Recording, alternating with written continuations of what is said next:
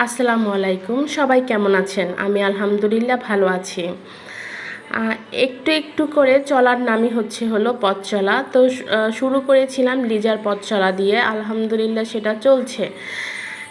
আজকে নিয়ে আসছি আপনাদের জন্য কিছু ছোট মাছের চচ্চড়ি। এটা কোন অঞ্চলে কি মাছ বলে জানি না, তবে আমাদের এই দিকটাতে বলে, মানে আমাদের বরিশালের ভাষায় বা বরগুনার ভাষায় বলে মলান্দিপুটি।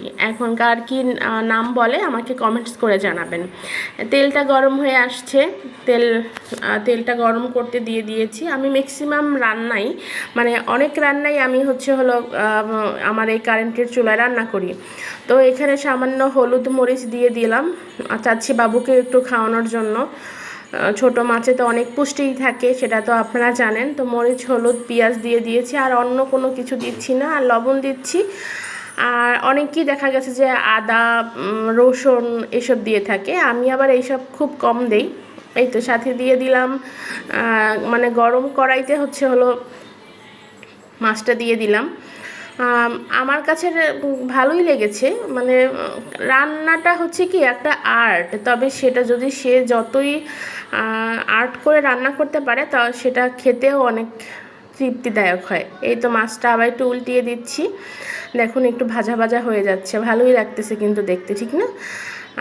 কার অঞ্চলে কেমন রান্না করে জানি না। আমি অনেক ছোটোবেলায় একবার ভৈরব গিয়েছিলাম, তখন দেখেছিলাম এই মাছ পুঁই শাক দিয়ে, পাট শাক দিয়ে তারা ঝোল ঝোল করছিল, মানে মাছটা উপরে ভেসে ভেসে উঠতেছিল। তো অল্প একটু খেয়েছিলাম, তারপরে আর খাওয়া হয়নি। হয়তোবা সেই অঞ্চলটাতে এভাবেই রান্না করে, আমি জানি না সঠিক কোন অঞ্চলে কিভাবে রান্না করে। আমার কাছে এটা একটু ভাজা ভাজা খেতেই ভালো লাগে, আমার কর্তা সাহেবেরও একটু ভাজা ভাজা খেতেই ভালো লাগে। এই তো পুরো মাছটা একদম করে ভাজা ভাজা করে নিয়েছি, কোনো পানি দেই নেই, একদমই কম মশলা দিয়ে রান্না। আশা করি আমার তো ভালো লাগে, আমার হাজবেন্ডেরও ভালো ভালো লাগে। এই তো রান্নাটা প্রায় আমাদের শেষের পথে। মেয়েদের জীবনটাই এমন, রান্নাঘর এমন একটা শখের জায়গা যেখানে ভালোবেসে থাকতে হয়। এই ভালোবাসাটার নামই সংসার, যেখানে মান অভিমান টানাটানি, সংসারের টানাপোড়েন থাকবে। এটাই সংসারের এটাই নিয়ম। আমি এটা একটা বাটিতে উঠায় নিচ্ছি।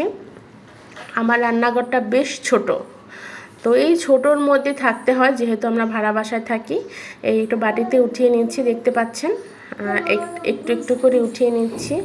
এইটাতে আমার হাজব্যান্ড তো উনি দুপুরবেলাতে বাসায় থাকে না, উনি আর রাতে আসে। এটা ওনার একবেলারই খাবার, মানে একদম খুব সুন্দর করে খায়, ভাত খুবই কম খায়, তরকারিটা দিয়ে একদম খুব মেখে মেখে খুব ভালোভাবে খায়। এই তো সবটা করে নিচ্ছি, দেখেন কত সুন্দর দেখতে মানে লাগতেছে।